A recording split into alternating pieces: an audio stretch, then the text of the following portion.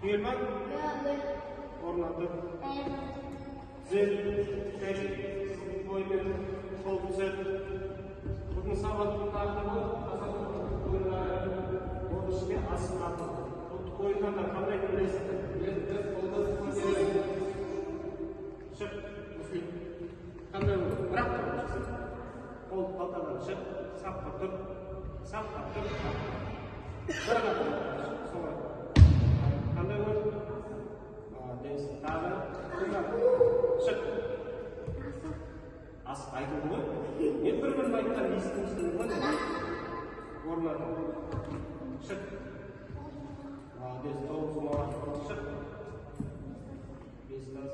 Шық. Қолын көтерді. Көп емес па?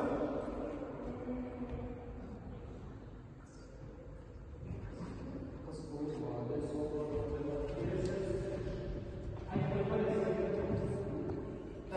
Қазақтың ұлттық ойындары бізде өте көп. Бұрынғы заманнан бастап ата-бабаларымыз ойнаған.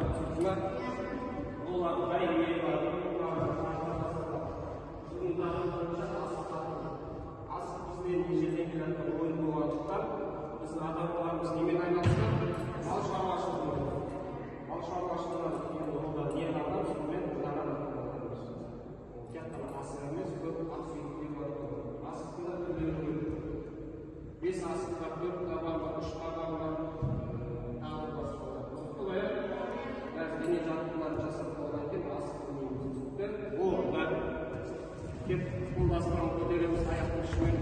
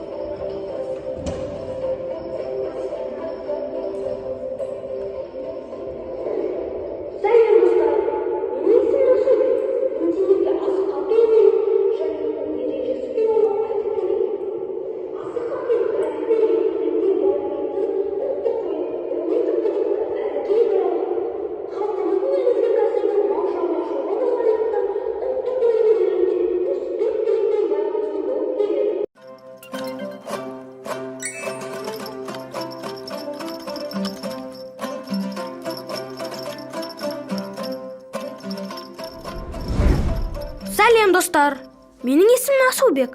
Мен сендерге асық ату ойыны және оның ережесі туралы айтып берейін. Асық ату дәлдік пен ептілікке баулайтын ұлттық ойын. Ол өте қызықты әрі кең таралған. Халқымыздың негізгі кәсібі мал шаруашылығы болғандықтан ұлттық ойын түрлері де осы төрт түлікпен байланысты болып келеді. Асық қойдың, ешкінің, арқардың, киіктің асықты жілігінен алынатын шымыр сүйек. Кел ендеше асық ату ұлттық ойыны туралы кеңірек білейік. Досым, сенің қорабында 15 асық бар. Оның ең үлкені сақа деп аталады. Байқасан, сақа салмақты, ірі, ол көбіне еркек малдың қошқардың асығынан болады. Қалған 14 асық кеней деп аталады. Кеней дегеніміз кішірек қарапайым асықтар. Оларда әдетте ұтысқа тігеді. Білесің бе, асық атудың көптеген түрі бар. Сондықтан ойынның түріне қарай асықты екі немесе топ бала болып ойнайды. Ең алдымен ойын алаңын дайындап алу керек. Ол үшін ауданы 1-2 метр болатын шеңбер сызамыз. Қақ ортасынан шартты сызық сызылады. Асық ату ойыны сақаны иіруден басталады. Сондықтан мықты ойыншы асықты иірген кезден бастап шеберлік таныту керек. Кімнің асығы сәтті түссе, сол бала ойынды бірінші болып бастайды.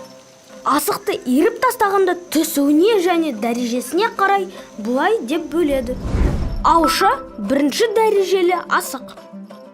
Ауша асықтың қырынан тұрғанда ойығы үстіне, ал тегістеу тәйке жақ беті астына қарап түскен қалпы.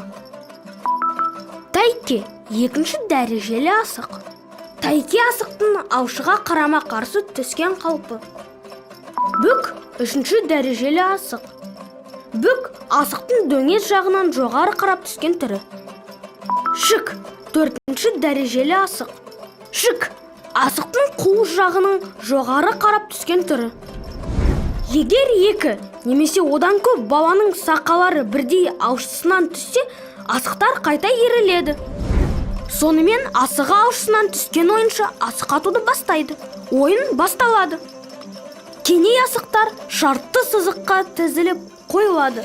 30-қа қойылатын кенелер саны ойыншылардың өзара келісімі немесе ойын түрінің шартына сай өзгеріп отырады. Ойынның басты мақсаты тізілген асықтарды сақамен дәлдеп ұрып, көп асық ұтып алу. Кім мергендік танытып кенейге тисе, асықты сол алады. Және ұтқан бала әрі қарай ойнай береді. Ол мүлт еткен кезде ойын кезегі асықтың дәрежесіне сай, яғни кімнің асығы тәйкі, бүк, шік түссе, сол ретпен жалғасады. Кім ең көп асық атып алса, сол жеңімпаз атанады. Асық ату бұл тек қызықты ойын ғана емес, қазақ халқының ұлттық дүниетанымының бір бөлігі. Ендеше достым, асық атып үйрен. Ойна және ата-баба асу мұрасын болашақ үшін сақта.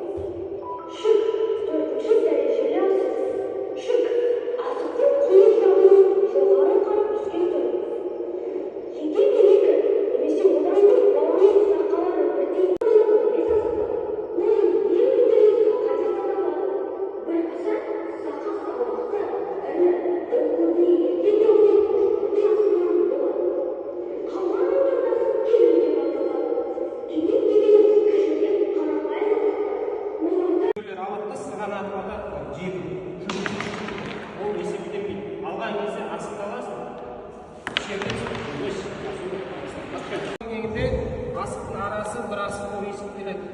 Түсінікті ма? Мысалы тігіледі ғой. Әр асық бір асықтар. Қоясың, есептейсің ара қашықтығын. Бір-біріне не жақын тұрмау керек, не алыс тұрмау керек. Түсінікті ма?